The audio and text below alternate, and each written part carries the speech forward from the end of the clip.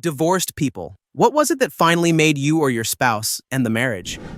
The final straw for me was very specific. We'd been together and pathetically poor for years. We got married because of an unplanned baby. He was either unemployed or underemployed the entire time and flat out refused to live in the real world. I'd tell him things like, we have to pay your traffic ticket, and he'd refuse. Then his license would get revoked, and suddenly we were forced to pay $600, half our rent, to fix it. That kind of crap. Just dumb, avoidable mistakes. Afterward, he'd shrug and say, well, now we know, like he'd learned something, and then he'd do the exact same thing all over again. He was an enormous weight to keep afloat. The actual last straw came in our final year of marriage. He'd finally found a better-paying job. I told him repeatedly, you need to set money aside for taxes. He'd roll his eyes. Shut up, he told me more than once. So I did the taxes that year. We owed $8,000 because he was an independent contractor who refused to plan like one. $8,000 was about a third of my yearly salary. As soon as the taxes were prepared, I told him, I want a divorce. Funny how, as soon as he moved out, he suddenly managed to find a good-paying job and support himself. As for me, I fell in love with having total control over my money. Without being constantly drained by him, I got a better-paying job, earned raises, and went from making about $25,000 part-time to $90,000 full-time within 5 years of the divorce. Ironically, if he'd bothered to hire a lawyer, he would have been told that under California law, I could have owed him alimony. Whoever makes more can be liable for it. Story 2. I will never forget this for as long as I live. Our marriage had been on autopilot for a while, and one night, we finally had a brutally honest conversation, sudden argument. She asked me, what do you want from me? I said, I just want you to be with me the way I want to be with you. This is when I knew our marriage was over. She said, well, that's just not going to happen. That memory is so incredibly painful for me, even now after we've been divorced for years and I am remarried with a beautiful child. I still cry sometimes thinking about my ex. It still hurts. Story 3. I got it right the second time around, but the first time, no, we didn't live together first. Big mistake. He had been able to hide his alcoholism from me even though I knew and worked closely with him for 3 years before we started dating. After we got married, I tried to put him on the lease. He was denied for having 3 DUIs and contributing to the delinquency of a minor charge. He said those were in his past and he's changed. 6 months later, I was dusting a bookcase and found a liquor bottle wedged behind some books, and upon further sleuthing, I found 5 more assorted bottles stashed around the apartment. We had a stocked liquor cabinet, but he wanted to hide his habit. He said he would get help. He didn't. One night, he drove home drunk and shoved me against the wall when I told him how reckless that was. I called the cops. He got held overnight. I boxed his stuff and downloaded the divorce papers and told his dad to bring him to the bank after picking him up from the station so we could split the account and notarize the paperwork. He said, why are you overreacting to this? It's not like I hit you. And I said, why do you think I'm stupid enough to wait until you do? That was that. Story 4. She decided to stay at a friend's place for a couple of days to be closer to work while working long shifts. After a week, she decided that she didn't want to be married anymore and filed for divorce. After about a month of her ignoring me, I found out through a mutual friend that she had been screwing her boss and had gotten pregnant, and that's why she left. Story 5. He became a totally different person after we got married. He became very controlling and manipulative. I was expected to do all the chores and make dinner every night, this after working a highly stressful 40-hour-a-week job. He became emotionally and verbally abusive to me. He constantly thought I was cheating on him. If I had anything other than a smile on my face at all times, I was ridiculed. Everything that happened was always my fault. He was never wrong. He was always the victim. I didn't want to go home because I didn't know if I was walking into Dr. Jekyll or Mr. Hyde. I had him go to 2 different counselors and he didn't make it more than 2 sessions with each because he didn't need therapy. I decided to stop it all when I started to become depressed from the constant stress. I am normally a very happy, positive person, and I became a walking bundle of nerves. I couldn't get past the belief that anyone who truly loved me would never treat me like he had been. We have been divorced for 6 months now. Although I get lonely sometimes, I would still take loneliness 1,000 times over being back with him. Story 6. When I got into a big fight with our 19-year-old son and punched him in the face. She understandably left me for that. Me and my son were fine like a month later. It was all because of him playing Xbox all day and not looking for a job. Everybody else in the family was working or going to school. Story 7. The final straw for me was having to beg for a disinterested hand job before bed on our 5th wedding anniversary. We became roommates instead of lovers. It worked for a while, but then she and I became really crappy roommates for each other as well. She is a great mom, and she thinks I'm a great dad, but we're both really horrible as a couple. No cheating, no financial issues, just really different people that probably pulled the trigger for marriage too quickly. We both just thought it was the next step after we each graduated from college. Good news is we're both civil and care for each other, just not in a romantic capacity. My only regret is that my kids won't have a traditional two-parent upbringing like I did. It made me respect my parents' loving 35-plus-year marriage a whole lot more. Story 8. Husband asked for a separation last week. Our first therapy session revealed that he wanted out fast. He says he doesn't know. I don't know. I have a stressful job and my dad died 6 months ago, so I've been a pain in the A. Who knows? I'm still shaking my head in disbelief. Wanted to separate bills and accounts. When I do that and it negatively impacts him, he gets crappy. He said things like, society made me get married. You bamboozled me into marrying you.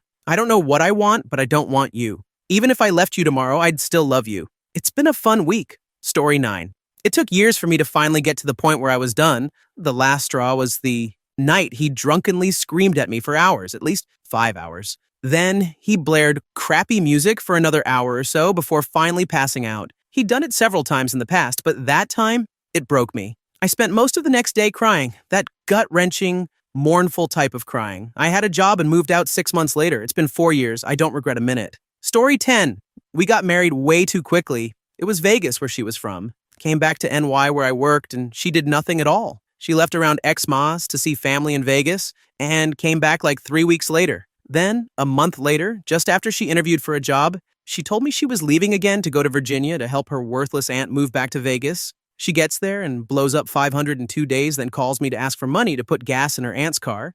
I said, hell no, and she didn't talk to me for 2 days. I finally told her this isn't working. We get quick Vegas divorce, and she is remarried 6 months later. Story 11. I worked with special needs people, and my ex would say the nastiest, most disgusting things about special needs people to put me down and mock my career ambitions. That's when he bothered to talk to me at all. He wanted a woman that would take care of him and his needs, but he cared very little about reciprocating. I didn't want to have kids with him and have the kids think that how we were living was acceptable. Story 12. I just realized that no matter what I did, he was never going to change. I let him walk all over me and cheat on me for years and kept thinking of, I just did more, was more patient, a better wife, etc. He would realize his mistakes. Example, he would cheat. I would catch him. A huge fight would break out. He would manipulate me into it, somehow being my fault he did it. You don't love me enough. You'll never trust me again. You didn't sleep with me that one time back in 2006 and I felt rejected. Somehow I would have to make it up to him and prove to him I trusted him. I'd forgive him and work my A off to be happier, nicer, more understanding, all the BS he fed me. And after a few months, I would just catch him all over again. The last straw was when he convinced me he had really changed. He wanted to be a family, the whole package. Of course, I ended up pregnant. It turned out to be high risk and I was hospitalized often, only allowed home with bed rest. Even then, he wouldn't stop running around on me. I lost 45 pounds, my hair started falling out. I was too weak to even walk. My own family thought I was dying. He didn't even care. So at one point, I was sitting by myself and I just realized I was done. He was never going to change. And it wasn't my fault. I couldn't fix whatever was broken in him and I was done trying. It took 6 months after the baby was born before doctors would let me go back to work. I moved out, spent a few years alone swearing off men. Now I'm with a fantastic man that loves me. The divorce is still dragging on. My ex tried a lot of crappy tricks when he found out I was leaving. I laughed in his face at everyone. He doesn't get it. At one point, I seriously thought I would die. I thought my kids would be left alone with only him to take care of them. After going through that, nothing he could do could bother me, ever. So anyway, that's my story. Hope it helps. Story 13. She came up with a different excuse every time I asked. She refused marriage counseling. She refused to talk about it in any real depth. The reasons ranged from almost reasonable to completely petty. So, I don't know. I'm going with the idea that she felt too young and thought she was missing out on her party girl years. It just would have been nice if she'd figured that out a little earlier, say sometime during our 8-year relationship, so I could have gotten some of that time back. Story 14. Easy answer? Steve. See, Steve was that guy my ex knew in high school, that guy he was always a spark of chemistry, but the time was never right. He was the one that got away. Years later, when we'd been married for a few years, she got back in touch with some old friends and wound up going to visit those old friends, Steve included. Old sparks began to fly, and next thing you know, the missus was carrying on an affair with Steve. She left me to be with him. They were soulmates, after all. Denied their true love by 14 years of time and 2 intervening marriages, me and my wife and Steve and his. That's the easy answer. Blame it on Steve. Truth is, I never should have got married in the first place, at least not to her. It was doomed from the get-go, and Steve was just a willing scapegoat. Story 15. He would spend $200 on his car, but yell at me for spending more than $40 on groceries. He spent thousands on his car and bought himself lunch every day. He always made more money than I did, yet the bills were never paid. I paid for everything, because if I didn't, I'd come home to no power or no phone. There was also constant mental abuse. I realized that if I was going to pay for everything anyway, I shouldn't have to endure that too. He's been gone for 3 years now, and my mortgage is 2 months ahead. My phone and power accounts consistently carry a credit into the next month. Story 16. My daughter was crying one night. She had a bad dream, and my husband told me to stay in bed and went to her. She was not comfortable with him, so she kept crying for me. It escalated to him spanking her and screaming at her to stop crying. This woke up her brother, who started crying and got spanked as well. He then broke apart the chair in their room because he stubbed his toe on it, the one I rocked them in at night, and threatened to burn their new beds in the backyard if they didn't stop crying. They were 5 and 3. He came into our bedroom where I sat, scared and stunned, got dressed, told me to deal with it, and left. It was 1 a.m. I didn't see him until the next night. I have no idea where he went or what he did in that time. All I know is I started packing and making plans that day, and 9 months later I moved out. That night was the culmination of years of gaslighting me and neglecting his children. His parents told me it was the best decision I ever made. It caused him to finally become a real parent, and not having to live with his mental health issues was the best decision for me. He still struggles with the parenting, but we're doing very well now, and we are amiable and focused on the best for the kids. Story 17. My ex always suffered from bipolar disorder. We got married young. When I finished school, she stopped working. She wanted to be a writer. My income was enough for her to stay home and write short stories and poetry, so that's what she did. Her depression is the first crack in the marriage, and it's not her fault, but the reality is that there were plenty of days when it was hard to come home to the black cloud of despair that was my ex. But I had made a commitment, and I loved her, so I just reminded myself that her depression weighed on her far more than it weighed on me and muscled on. Fast forward about 12 years, about 4.5 years ago, I get a new job. It still pays well enough for her to stay home, but by now she hasn't written much in a while, and she started smoking pot. It helps counteract some side effects of her medication. As a result of the new job, we moved from our home in the city out into some cookie-cutter suburb. Neither of us is happy with the location, but the job is too far for me to commute. I try to make the best of it. She starts smoking more pot and spending her days watching the same TV shows over and over.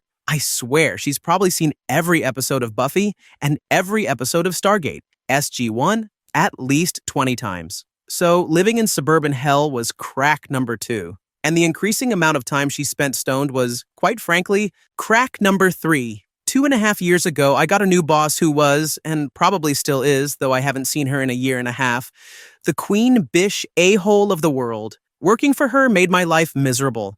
I got depressed, though I didn't know it at the time. My ex wanted me to get therapy. I thought, what's the point? I've got a crappy boss, that's just life. What's a therapist going to tell me that I don't already know? Huge mistake in hindsight.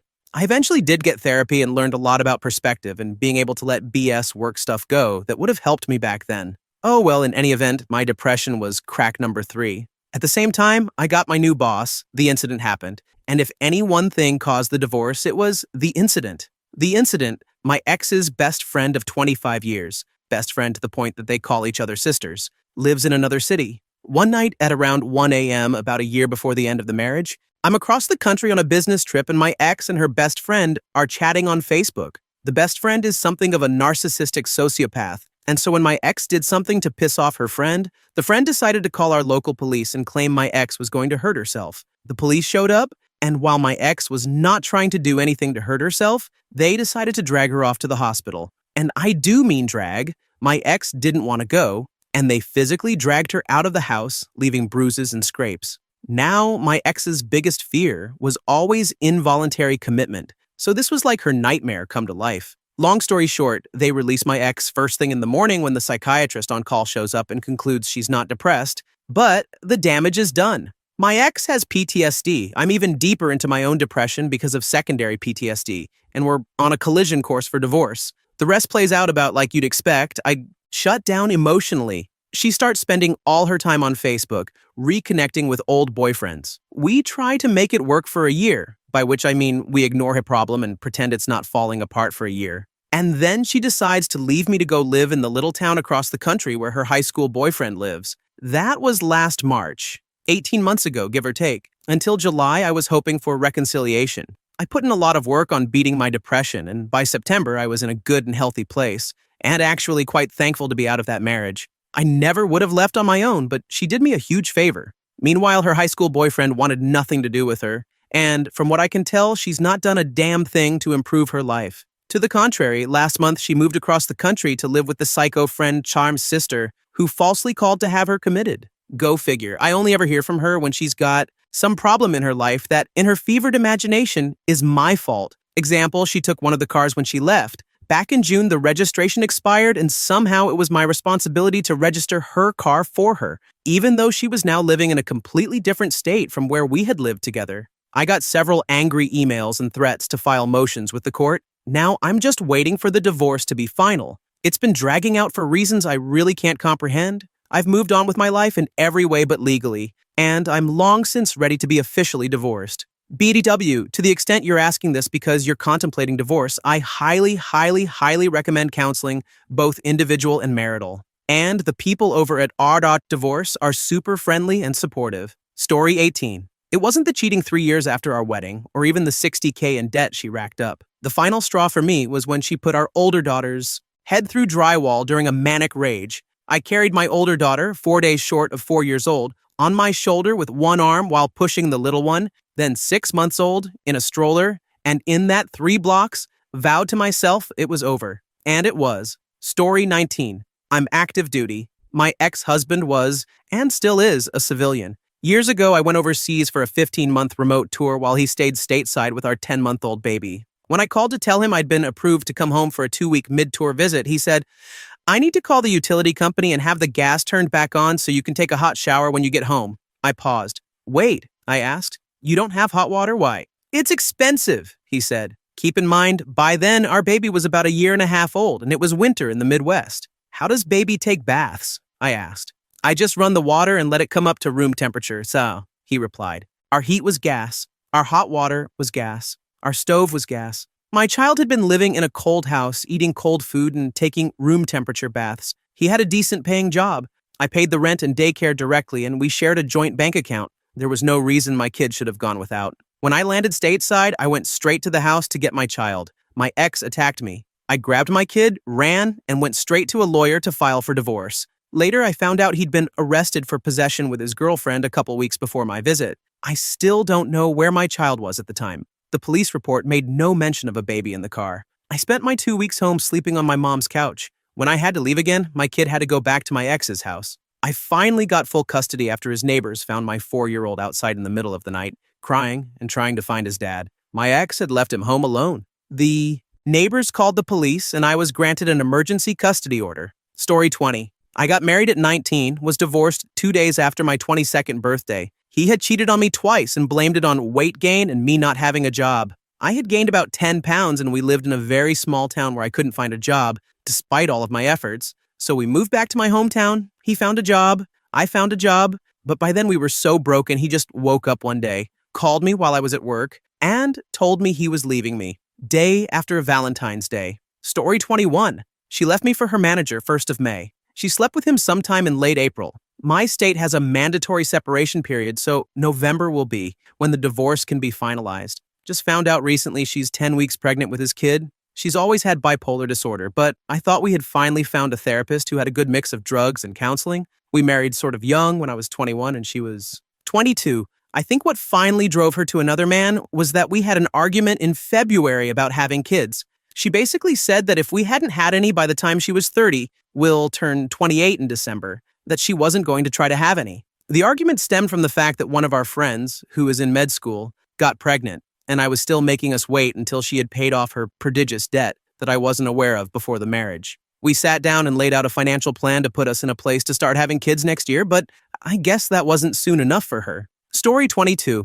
I got married for all the wrong reasons. My dad had just died a couple of years before, and my mother and sister collaborated in a despicable act that defies explanation later that same year. I was left completely alone. I was a mess. To shorten a ridiculously long story, I fell head over heels in like with a girl I worked with at the ripe old age of 19. She was smart and stubborn, and genetically incapable of backing down from an argument. We became really good friends. If either of us had possessed any brains whatsoever, it would never have progressed beyond that. But we were young and extremely stupid. Redundant, I know. And one day, she gave me an ultimatum. Either we got married, or she was leaving me forever. Inadvertently, she pressed the button that was installed by my family a few years before. I was too much of a wuss to tell her to F off, so I spent the next 10 years married to her. It wasn't all bad, not at all. We had a lot of things in common and shared lots of interests and curiosities, but in the end, there was no love. There was no mutual respect. I wasn't attracted to her.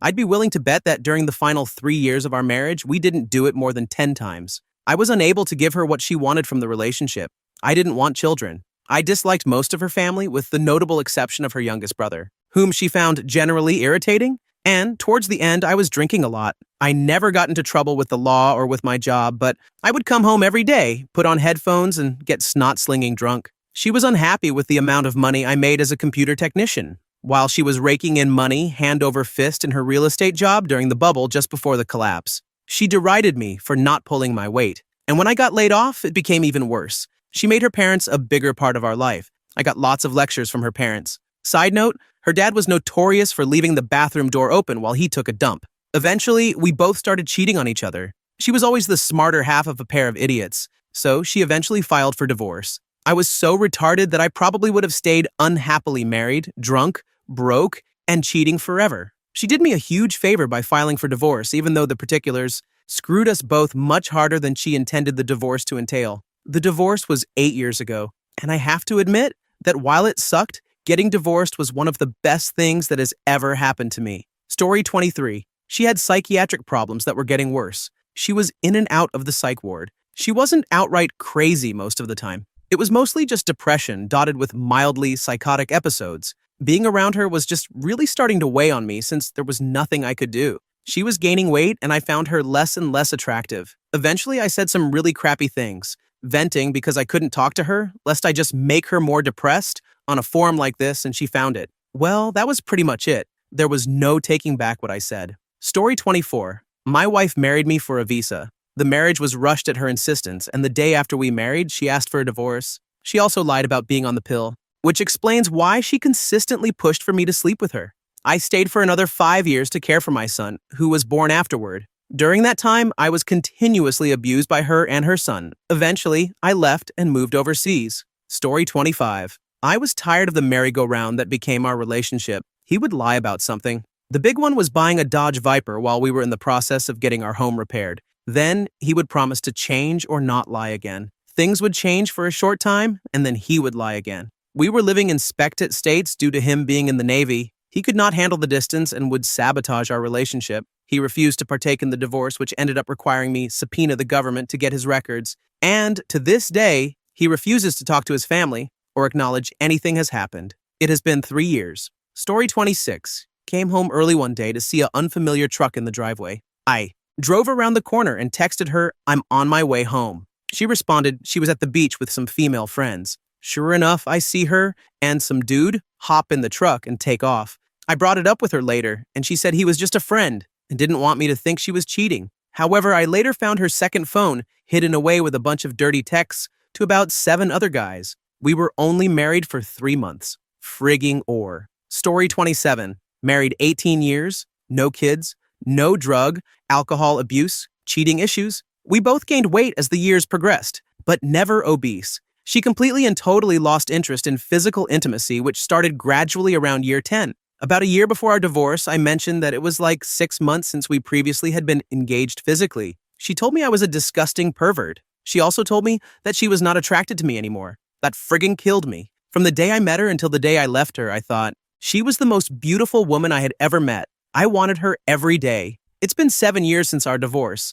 I still miss her sometimes. I still think about her sometimes. She was my wife and my best friend. Story 28. Not yet divorced. I need to get that paperwork going. There's a saying that goes something like, find someone whose demons play well with yours. Well, ours did not play well together, and while I will admit that I did plenty wrong, I was trying to fix it and needed her help. She was a very negative person. There was always talk about something being wrong or bad in her life. Often it was about me and what I was doing or not doing. But even when it wasn't me, she was always looking for something wrong. And at the same time, she was critically dependent on me for most everything. She couldn't sleep in a house alone without freaking out. She couldn't drive long distances, etc., etc. I couldn't go hang out with friends or do my own thing because I couldn't leave her alone. She wouldn't let me. That combination preyed on my depression, killing my motivation to do anything for her and giving her something to bish about constantly. It felt like everything I did was wrong, so I started doing nothing for her because I knew she wouldn't like whatever I tried.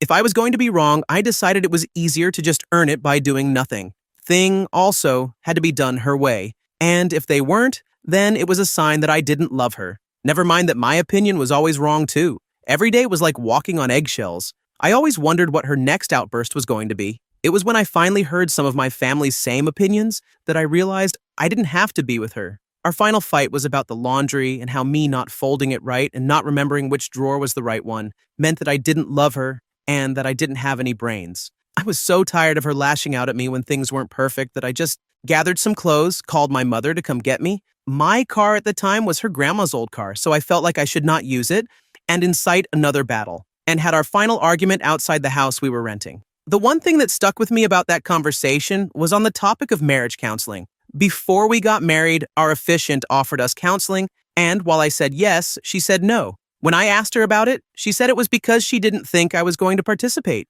which is ironic, considering one of my majors is psychology. That was September 28th of last year. We're getting close to a year now, and I still have no doubt that she would take me back if I tried. But I won't. I'm done being some woman's punching bag. But like I said, gotta get that paperwork done. Story 29. I caught him watching gay porn. We were married from a year, both of us Muslims, and we tried to have kids, but we couldn't. I'm happy about that now.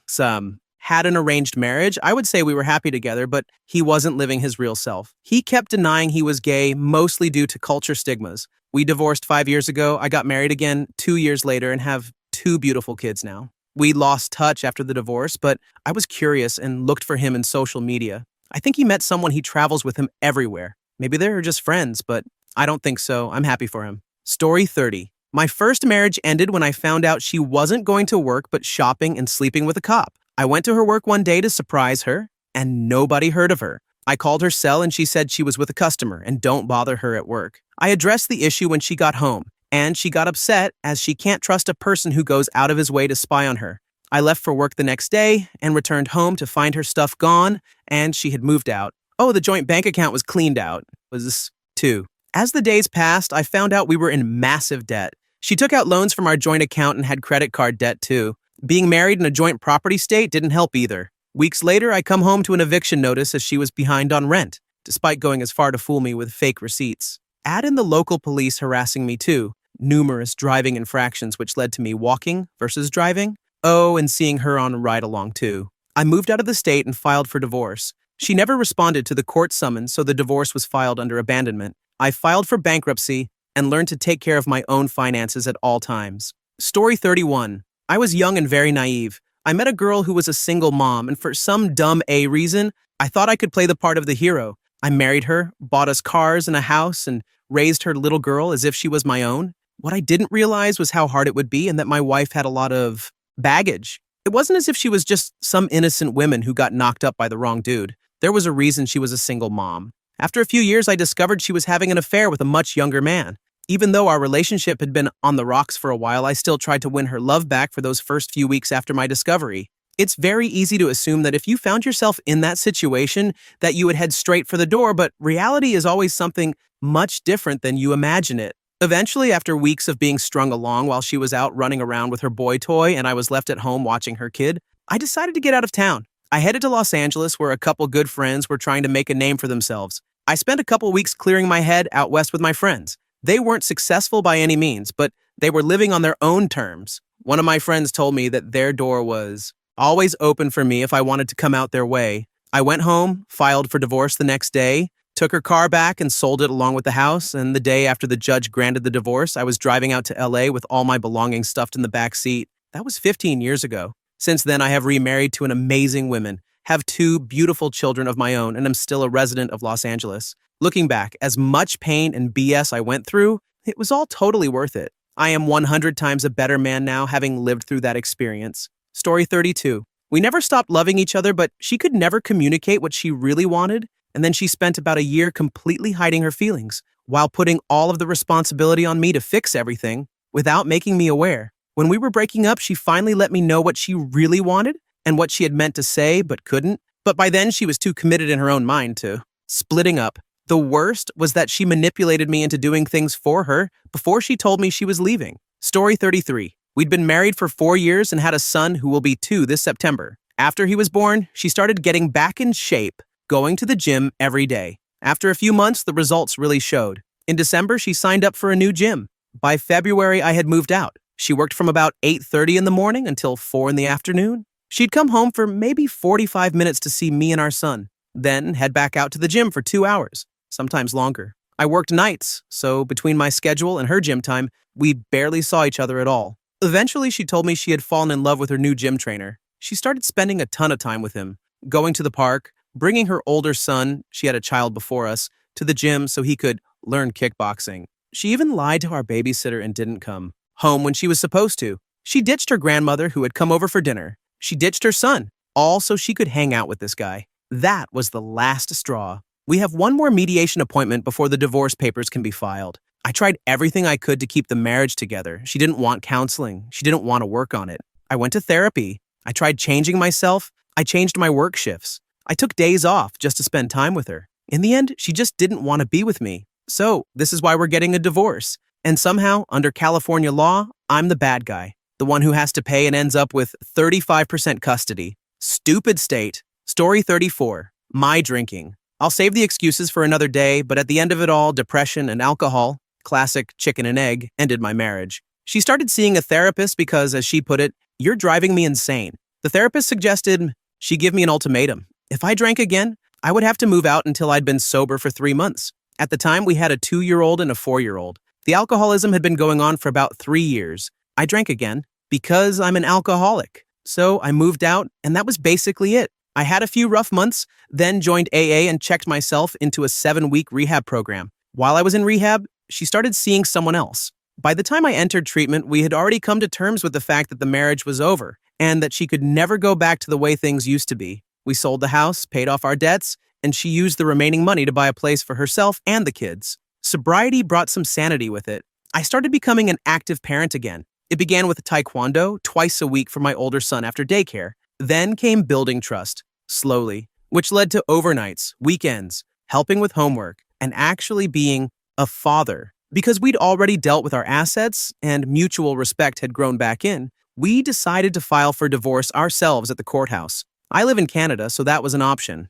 We sat at her kitchen table and talked about what would be best for everyone. We discussed the uncomfortable things. We made concrete plans for the future, including what would happen if I ever relapsed. Then we went to the courthouse, filed the paperwork, and paid $210 in processing fees. Afterward, we walked out together and talked for a while. We cried, we hugged, we wished each other the best. Before we parted, one of us said, "We'll talk later tonight about who's helping with the school project." And we did. We've established healthy boundaries as co-parents. We attend parent-teacher interviews as a team. We plan birthday parties together. We even go to the occasional movie together when the kids ask. I pay child support and have since the separation began. Happy ending, last night when I tucked my youngest into bed, he wrapped his arms around me, gave me a big hug and a kiss, and said, "I love my family so much." I'm coming up on 3 years sober now. As for the moment that really ended it, it's a toss-up.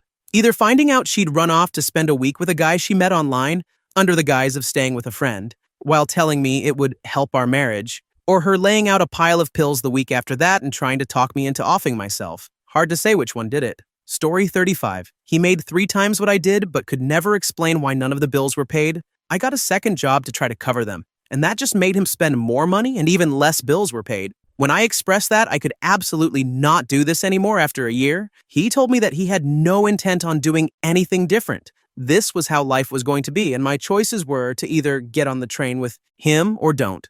I didn't. Story 36. After more than a year of trying, and with him enthusiastically talking about how much he wanted kids, I finally scheduled an appointment with a fertility specialist. The day before the appointment, I loaned him my debit card to get gas and a few things for his truck. Later that night, I checked my bank account and saw he'd withdrawn extra cash to buy weed. When I confronted him, he didn't seem concerned at all. You could have bounced the mortgage payment, I said. He shrugged it off like it was nothing. That was the last straw.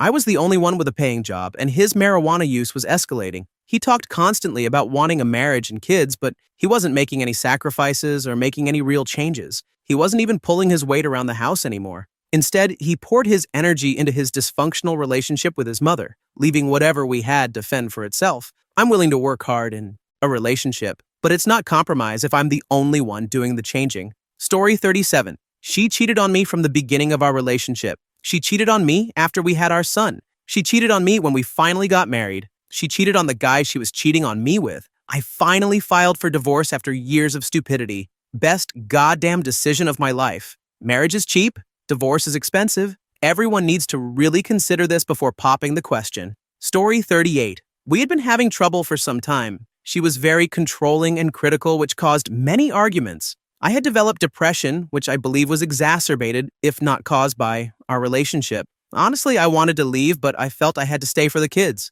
Our daughter was potty training and was out of nappies. One day she wet her knickers 3 times in a row, so after the 3rd time I decided there was no point in putting fresh ones on. She could go bare under her dress. This wasn't intended as a punishment, simply a way to reduce laundry. My wife went off the handle. I shouted back and then went to bed to sulk and calm down. 10 minutes later, the police arrived, talked with her, then informed me that based on what she had told them, they could arrest me, but would let me off with a warning instead. The male officer gave me the best advice I've ever had. I should get out now because if I ended up with a police record, it would make it less likely I would have access to the kids after the inevitable breakup. I left the next day. She called nearly every day for the next few months asking when I was coming back. She couldn't understand why I had left or that I was gone for good. When it finally sunk in, she flipped out again and started denying me access to one of our daughters. But that's another story. Story 39. She would get a charge like a dopamine boost out of verbally fighting with me. I am non-confrontational by nature and hate arguing fighting. Would get mad and goad me into hitting her. She would tell me to hit her, push me, call me a wuss, etc. I never did, but one night as she was blocking the doorway to our apartment, I lifted her up and set her down out of the way so I could escape. I was worried the cops would come, as they had before, and I would risk getting put in jail. Maybe I was being paranoid as I hadn't done anything wrong, but I have this idea that men get put in jail in these circumstances all the time. I came back the next day, and she accused me of abusing her because she had bruises on her arms where I picked her up, due to a heart condition that made her bruise easy. The next fight, she blocked the door again. I grabbed my keys, went out onto the balcony, climbed down so I was hanging by the floor of the balcony with my hands, and dropped into the bushes. This was one of the lowest points of my life. I was a coward, and should have made the decision to leave a long time before I did. At some point, you just know it's not going to work out, and I urge anyone who is at that point, no matter the circumstances, to cut their losses. Story 40. When she called the cops on me because I wouldn't let her leave to off herself. I had grabbed her wrist, which she fought against, and it left a red mark on her wrist. Cops said it was evidence of abuse, and I was arrested. I tried desperately to explain. She sat by and said nothing. 6 months later, she went MIA for days, leaving our 2 children with me. She called me and I coerced her into coming back and let the cops know exactly when and where. And then she spent a few months in the nut house for, you guessed it, depression and self-harm behavior. When she went MIA, she bought pills but never took them. So I now have a record, and she got the kids because of it, after tens of thousands of dollars spent fighting for them for 3.5 years. I don't make a ton of money, but at that time, every cent was going to daycare lawyers. The courts didn't make her pay me any child support. But on day 1 of her having custody, I had to pay up immediately. Our justice system is screwed for dads. However, I got it right the second time. A nationally and state-recognized educator, Sox professor, wonderful stepmother, amazingly good with financials. We now own 2 houses while my ex barely scrapes by in her apartment. My kids love being at my house because they have loads of great friends in the neighborhood. We've been together for 7 years, still romantic, still awesome. The best revenge really is living well, I think. Story 41. After he asked for a divorce, I thought we'd work through it as we had done once before and stay married. I went on a trip to see family had already been planned without him. When I returned, he had all my stuff packed and had changed out all the pictures in the house from ones of us to ones of his family friends. I still wanted it to work, though. Later that week, we met and I told him that I was offering reunification one last time to try to make it work. The no answer shot out of his mouth so quickly and clearly that I knew. It wasn't looking good, but I still had a glimmer of hope. The glimmer faded out very quickly and I realized Holy crap, I'm actually getting divorced. Looking back, it really was the best thing to divorce. I was really just married to the idea of being married and the commitment, not realizing how unhappy I truly was. Regardless, it frigging hurt at the time. Story 42. My husband had a bunch of young, fresh out of boot camp girls telling him how hot he was. I guess me telling him that didn't matter. Started spending less time at home, and eventually he cheated on me despite me trying to salvage our marriage. I told him we could go to counseling, but he said, "You guys, myself, and our daughter are holding me back. I just want to be able to do my own thing." It still hurts that he said that. Story 43. I'm on my way there. Separated, she's moved out. I've moved out. It was a lot of things, really. Shortly after getting together, it became clear she had issues with compulsive eating, drinking, and spending, and depression. She refused to let anyone near these issues and chose to self-manage. She was not the happy person that loved life that I thought she was. Her mother passed away the night before we got married. We entered marriage in mourning. The loss of her mother made her sink deeper into the hole, I think.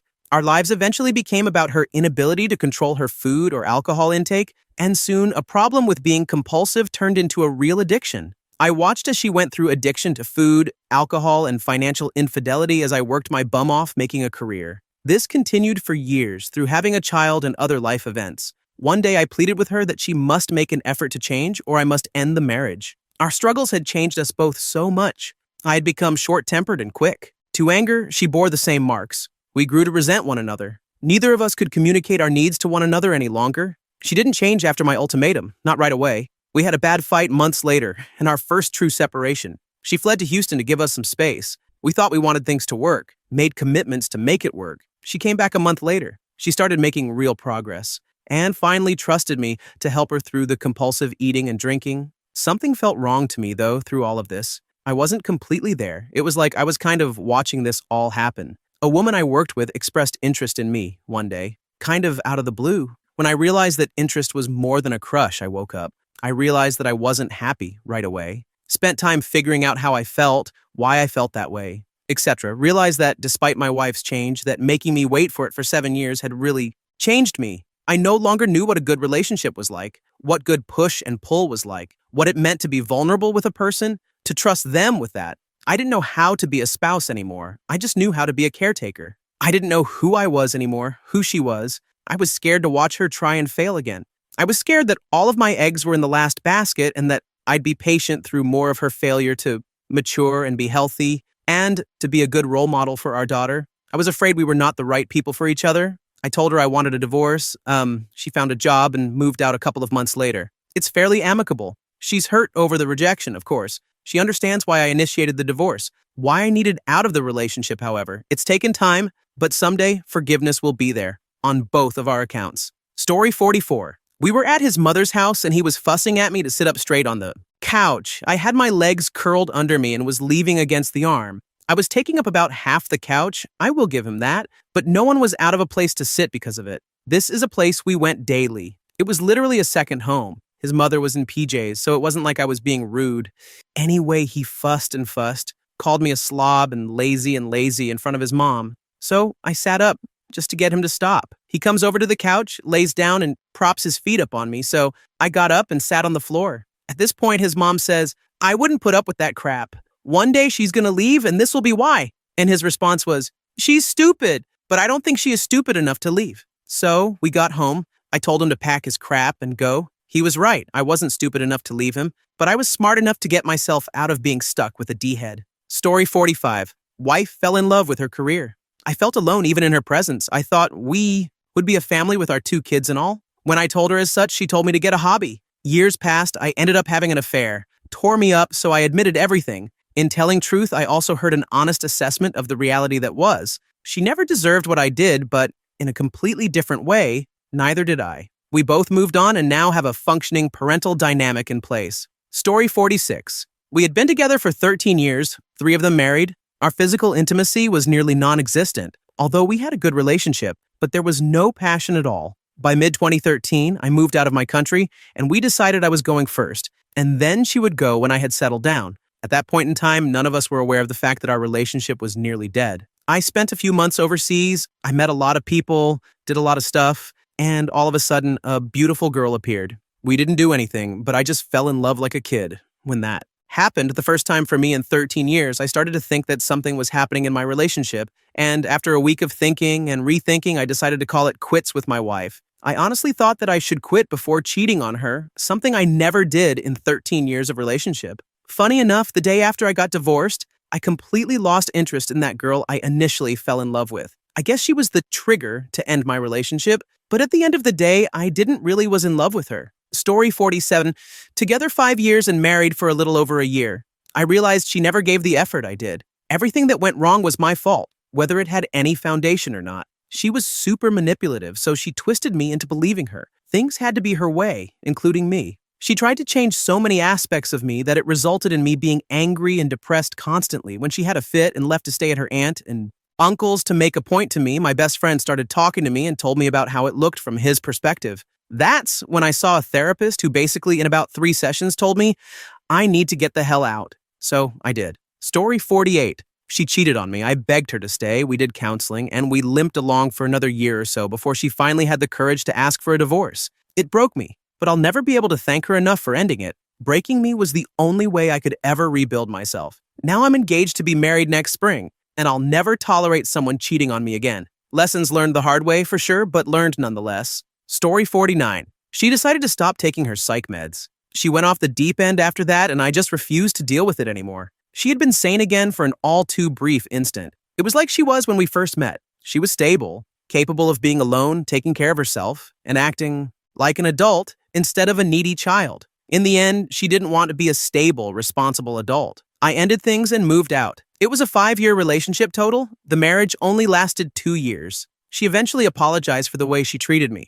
She got on some different meds, but not as effective in my opinion. We are still friendly. She got remarried to someone who loves me without conditions the way I am, and has a child now. She says she's happy. I hope she is. Story 50. I was a young, insecure kid who had never been on a date. She was a couple years older, with lots of mental issues, but she was into me, so I completely ignored all of the warning signs. During my last year in high school, she got pregnant. There was no way she was going with abortion, and I was still in my, oh my God, this girl wants to sleep with me phase and wasn't thinking rationally about much. Soon we were married and had another kid. A few years later, I came to my senses, realized we were completely incompatible and that I was deeply unhappy. I told her I wanted a divorce. After years of legal wrangling, I ended up with full custody of our daughters, and she mostly disappeared from our lives. Story 51. Suspected the ex-wife was cheating when she moved out of town to take a job she really didn't need to take. She got her own apartment, and I had really bad gut feelings for months. Got off work early. I commuted to work near there and walked in on what seemed to me to be a pajama party with a guy there and another friend. I was mortified, but not sure about anything. Denial is powerful. The guy was excruciatingly, suspiciously nice to me. She confessed a few days later and said she wanted a divorce. We're actually on good terms now. We should never have gotten married though, not compatible in any way. Advice I wish I had, don't get married just because it seems to be the normal, expected, or comfortable thing to do. If your partner wants to, but you're not sure, then trust yourself. You're not bound by law to get married by a certain age, or ever. Don't do it unless it's right for you both. Trust me, it's easier to say no before than no after. Story 52. We got married too young. I was 21 and he was 22. After the wedding, he lost all interest in looking for a job. He had graduated from college 6 months before the wedding. He began lying to me about what he would do all day while I was working. Every night we would fight about housework. He did nothing, and I was becoming too exhausted from school and work to do it all myself. After 2 years of that, I cheated on him with my best friend and told him about the affair the next day. He asked about marriage counseling, and I declined. Basically, we were both too immature to keep up the marriage. I still believe to this day that once the wedding finished, he wanted to see how long he could live without working. Or he was just too chicken to end the marriage himself, and instead leeched off me until I was emotionally exhausted. Story 53. She was originally really clingy, but suddenly went through a phase where she wanted to go out with her girlfriends dancing. I was all about it since I'm not into dancing and I'd stay home with the kids. One weekend, I got a babysitter so I could surprise her at the club she said they were going to. I went there and she wasn't. I waited until she got home and she swore she was there. I showed her the wristband they gave me and she still insisted she was there. I get that she was having an affair and I could understand. But to keep lying, I can't move beyond that. Story 54. It makes me so sad that people don't realize how important physical intimacy is in a marriage. If you love someone and want to keep them happy, Why wouldn't their physical needs be important to you? My ex-husband didn't realize how important it was, or how terrible it felt when I would initiate, and he would shut me down. The feeling of being rejected by someone whom you've committed to spending your life with cuts too deep to recover. Story 55. She said she was going to lie to social services and tell them I was essaying her son from a previous marriage. I wasn't, just in case this needs to be said. Her mom had convinced her this would get her more money from welfare. She seemed to think this was no big deal, because the last guy she did this to didn't get in trouble either. Story 56. Was willing to try to save it by counseling after I found out she cheated. Found messages to her boss. He gave her the gate key to his community, and they had cute little nicknames for each other. But she didn't want to do counseling. About a day after, she tried to run me over with her mother's car, currently getting divorced. It has been about a year so far, and the next court date is 5 days from my birthday. Sigh. Story 57. When I was working a full-time job and an extra casual job with 3 hours of travel every day, and he had a casual, sought-on, part-time job he didn't want to talk about, getting another part-time job to help support our expenses, helping do chores around the house. He'd have whole days at home with only a 2-hour session at night. His money was his, and my money was ours. I paid all the bills, and he wasn't interested in getting a real job. He got sucked into a, you can make $50K plus pa as a karate instructor scheme, surprisingly not quite true. He wasn't interested in a partnership, just somebody to be his mother. I consolidated his debts and organized a payment direct from his employer, as he owed more and more each year before we got together. I didn't want his debt to be mine. I tried talking to him about us and everything a number of times over the last year. He didn't want to talk about it. The killer was when I was looking to buy a house together with my brother. My then husband expected his name on the mortgage despite not being able to put any money in for the deposit, nor ongoing payments, nor any house-related bills. Story 58.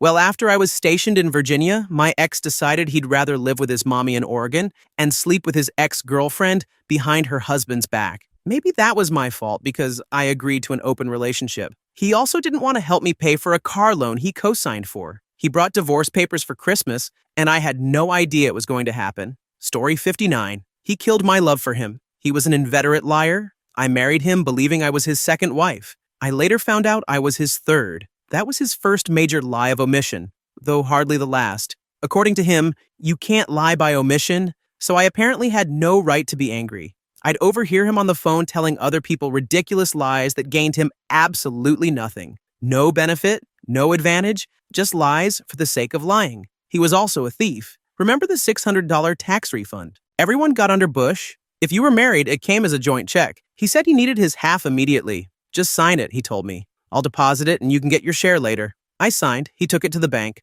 A week later, I went in to withdraw my half. The teller looked at the screen, then at me and said quietly, "It's already been deposited and withdrawn. The entire amount." I tried to hide my shock. The teller gave me a look of such pure pity that I still remember it. "Oh," I said weakly, "that must be a bank error. He'll have them fix it, right?" Years later, after I convinced myself he'd reformed enough not to outright steal from me, we bought an old car together. It turned out to be a lemon and had to be scrapped for $400. The check, of course, mysteriously disappeared in the mail. He was a born sucker who repeatedly committed financial infidelity. He never heard about a con he didn't fall for. Hook, line, and sinker. 400,000% return on investment, he'd say, eyes lighting up. How much of your money do you need? 80% of what I earned in a year? Okay. It didn't matter that he'd beggared his family. Soon, he'd be rich as Croesus. The worst moment came when he bought 3 new cars and shipped them across the country to a con man, despite my begging, pleading, and outright crying for him not to do it. He looked straight through me, like I wasn't even there, like my wishes didn't matter at all. He even called me from the dealership and had the gall to ask, "Can you co-sign?" "No," I said. That decision led directly to his second bankruptcy. That was the moment my love began to turn into contempt, and love cannot survive contempt. He was also intellectually lazy. He wouldn't have known who Croesus was and would have thought it strange that anyone did. In the end, I grew, and he didn't. He was physically lazy. He'd been unemployed for the last few years of our marriage and made no effort to make himself more employable. He sat naked in front of the computer all day, chasing one money-making scheme after another. He didn't cook. He didn't clean. He didn't do any work around the house or the yard. He even stopped mowing the lawn, when mowing and taking out the trash had basically been the only 2 things he ever did. I lost all desire for him, and we stopped being physically intimate. I also stopped being able to bite my tongue the way I used to and became, honestly, a bit verbally abusive. I felt trapped. He was dependent on me. I wouldn't have left him, at least not until he got a job. Eventually, things got bad enough that he left, and somehow he's made it clear that he feels like the wronged one. Thank you for watching. If you enjoyed this video, be sure to give it a thumbs up, subscribe, and hit the bell icon so you never miss an update.